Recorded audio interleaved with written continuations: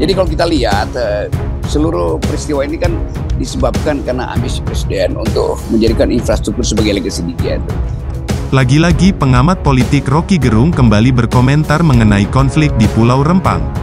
Rocky Gerung turut menyoroti pendapat Bahlil Hadalia yang menyebutkan bahwa terdapat campur tangan asing dalam kasus Rempang.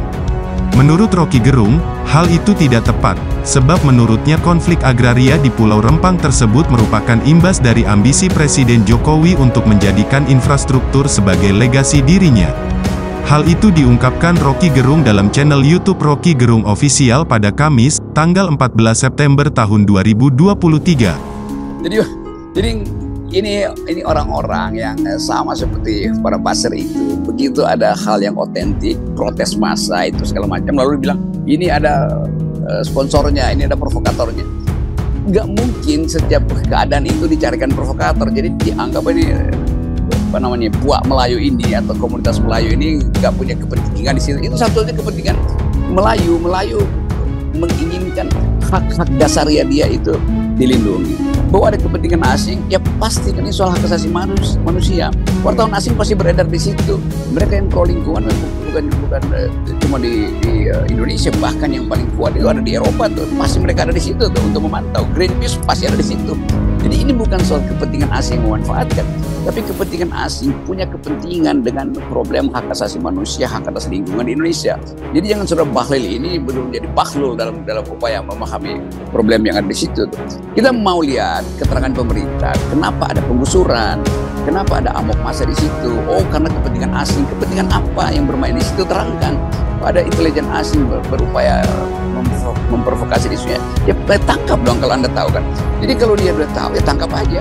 Tetapi ini sekali lagi pengalian isu, seolah-olah nanti akan saya sudah bisa bayangin headline-nya nanti, hati-hati masyarakat Melayu, ada kepentingan asing di situ, maka diadu domba lah antara Melayu dan yang asing misalnya. Ini konyolnya begitu, dan itu terus yang dilakukan oleh pihak pemerintah di dalam setiap upaya atau dalam setiap problem agraris.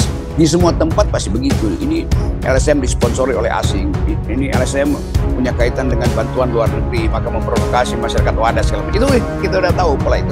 Pak Jokowi sendiri kemudian akhirnya menyatakan bahwa masa begini aja urusannya masih presiden gitu ketika ditanya oleh wartawan. Ini kan menunjukkan memang wah ini mulai nggak jalan nih kabinetnya kalau urusan begini.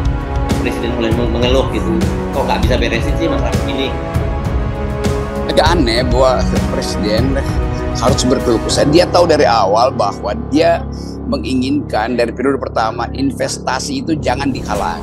Jadi kalau kita lihat seluruh peristiwa ini kan disebabkan karena ambisi presiden untuk menjadikan infrastruktur sebagai legasi dia itu, dan kemudian dipatenkan melalui Omnibus Law. Dan ini sebetulnya akses pertama dari Omnibus Law, yaitu percepatan investasi, pilih tenaga kerja asing, dan itu membekas dalam benak publik bahwa ada upaya untuk menghalangi atau memingkirkan penduduk asli itu. Di IKN begitu yang terjadi, di Rempang juga begitu, di Morowali juga begitu.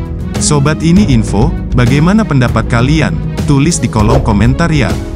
Jangan lupa like, share dan subscribe agar sobat lainnya gak ketinggalan info update lainnya.